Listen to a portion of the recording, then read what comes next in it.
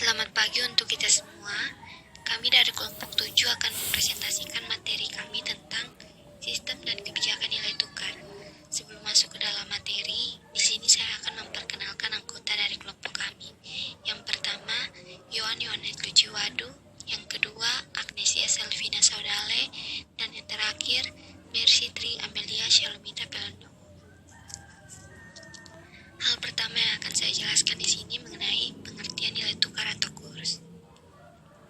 Nilai tukar atau kurs adalah harga sebuah mata uang dari suatu negara yang diukur atau dinyatakan dalam mata uang lainnya. Nilai tukar memainkan peranan penting dalam keputusan-keputusan pembelanjaan, karena nilai tukar memungkinkan kita menerjemahkan harga-harga dari berbagai negara ke dalam satu bahasa yang sama. Bila semua kondisi lainnya tetap, depresiasi mata uang dari suatu negara terhadap segenap mata uang lainnya atau kenaikan harga valuta asing bagi negara yang bersangkutan menyebabkan ekspornya lebih murah dan impornya lebih mahal. Sedangkan apresiasi atau penurunan harga valuta asing di negara yang bersangkutan membuat ekspornya lebih mahal dan impornya lebih murah. Yang kedua, faktor-faktor yang mempengaruhi nilai tukar. Yang pertama, laju inflasi relatif. Dalam pasar valuta asing, perdagangan internasional baik dalam bentuk barang atau jasa menjadi dasar yang utama dalam pasar valuta asing, sehingga perubahan harga dalam negeri yang relatif terhadap harga luar negeri dipandang sebagai faktor yang mempengaruhi pergerakan kurs valuta asing. Misalnya, Amerika sebagai mitra dagang Indonesia mengalami tingkat inflasi yang cukup tinggi, maka harga barang Amerika juga menjadi lebih tinggi, sehingga otomatis permintaan terhadap barang dagangan relatif mengalami penurunan. Yang kedua, tingkat pendapatan relatif. Faktor lain yang mempengaruhi permintaan dan penawaran dalam pasar mata uang asing adalah laju pertumbuhan real terhadap harga-harga luar negeri. Pertumbuhan real dalam negeri diperkirakan akan melemahkan kurs mata uang asing. Sedangkan pendapatan real dalam negeri akan meningkatkan permintaan valuta asing relatif dibandingkan dengan suplai yang tersedia. Yang ketiga, suku bunga relatif. Kenaikan suku bunga mengakibatkan aktivitas dalam negeri menjadi lebih menarik bagi para penanam modal dalam negeri maupun luar negeri. Terjadinya penanaman modal cenderung mengakibatkan naiknya nilai mata uang, yang semuanya tergantung pada besarnya perbedaan tingkat suku bunga di dalam dan di luar negeri.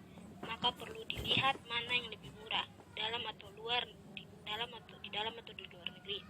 Dengan demikian, sumber dari perbedaan itu akan menyebabkan terjadinya kenaikan kurs mata uang asing terhadap mata uang dalam negeri. Yang keempat, kontrol pemerintah, bahwa kebijakan pemerintah bisa mempengaruhi keseimbangan nilai tukar dalam berbagai hal, termasuk usaha untuk menghindari hambatan nilai tukar valuta asing, usaha untuk menghindari hambatan perdagangan luar negeri, usaha melakukan intervensi di pasar uang, yaitu dengan menjual dan membeli mata uang. Yang kelima, ekspektasi. Faktor kelima yang mempengaruhi nilai tukar valuta asing adalah ekspektasi atau nilai tukar di masa depan. Sama seperti pasar keuangan yang lain, pasar falas bereaksi cepat terhadap setiap berita yang memiliki dampak ke depan. Yang keenam, aktivitas neraca pembayaran. Neraca pembayaran secara langsung mempengaruhi nilai tukar. Dengan demikian, neraca pembayaran aktif meningkatkan mata uang nasional dengan meningkatnya permintaan dari debitur asing. Saldo pembayaran yang pasif menyebabkan kecenderungan penurunan nilai tukar mata uang nasional sebagai seorang debitur dalam negeri mencoba untuk menjual semuanya menggunakan mata uang asing untuk membayar kembali kewajiban eksternal mereka. Ukuran dampak neraca pembayaran pada nilai tukar ditentukan oleh tingkat keterbukaan ekonomi. Yang ketujuh, perbedaan suku bunga di berbagai negara. Perubahan tingkat suku bunga di suatu negara akan mempengaruhi arus modal internasional. Pada prinsipnya, kenaikan suku bunga akan merangsang masuknya modal asing. Itulah sebabnya di negara dengan modal lebih tinggi, tingkat suku bunga masuk, permintaan untuk meningkatkan mata uang, dan itu menjadi mahal. Pergerakan modal, terutama spekulatif atau uang panas, meningkatkan ketidakstabilan neraca pembayaran. Suku bunga mempengaruhi operasi pasar valuta asing dan pasar uang. Ketika melakukan transaksi, bank akan mempertimbangkan perbedaan suku bunga di pasar modal nasional dan global dengan pandangan yang berasal dari laba. Yang kedelapan, investasi asing. Investasi asing di suatu negara mewakili permintaan terhadap mata uang negara tersebut ketika dilakukan investasi.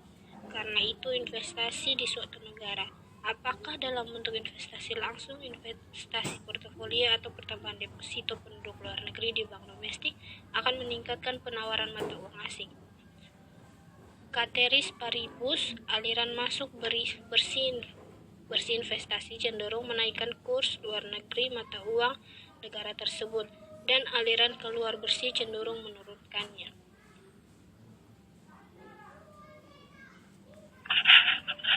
Yang berikut perkembangan kebijakan nilai tukar di Indonesia.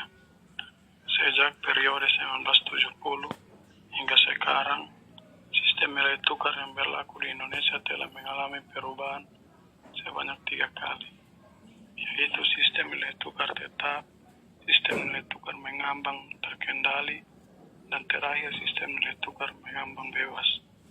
Yang pertama, sistem nilai tukar tetap. Sistem nilai tukar tetap, di mana lembaga otoritas moneter menetapkan tingkat nilai tukar mata uang domestik terhadap mata uang negara lain pada tingkat tertentu tanpa memperhatikan penawaran ataupun permintaan terhadap valuta asing yang terjadi. Bila terjadi kekurangan atau kelebihan penawaran atau permintaan lebih tinggi dari yang ditetapkan pemerintah, maka dalam hal ini akan mengambil tindakan untuk membawa tingkat nilai tukar ke arah yang telah ditetapkan. Tindakan yang telah diambil oleh otoritas moneter bisa telah diterapkan berupa pembelian ataupun penjualan valuta asing. Bila tindakan ini tidak mampu mengatasinya, maka akan dilakukan penjatahan valuta asing. Yang kedua, sistem nilai tukar mengambang terkendali. Nilai tukar mengambang terkendali, di mana pemerintah mempengaruhi tingkat nilai tukar melalui permintaan dan penawaran valuta asing.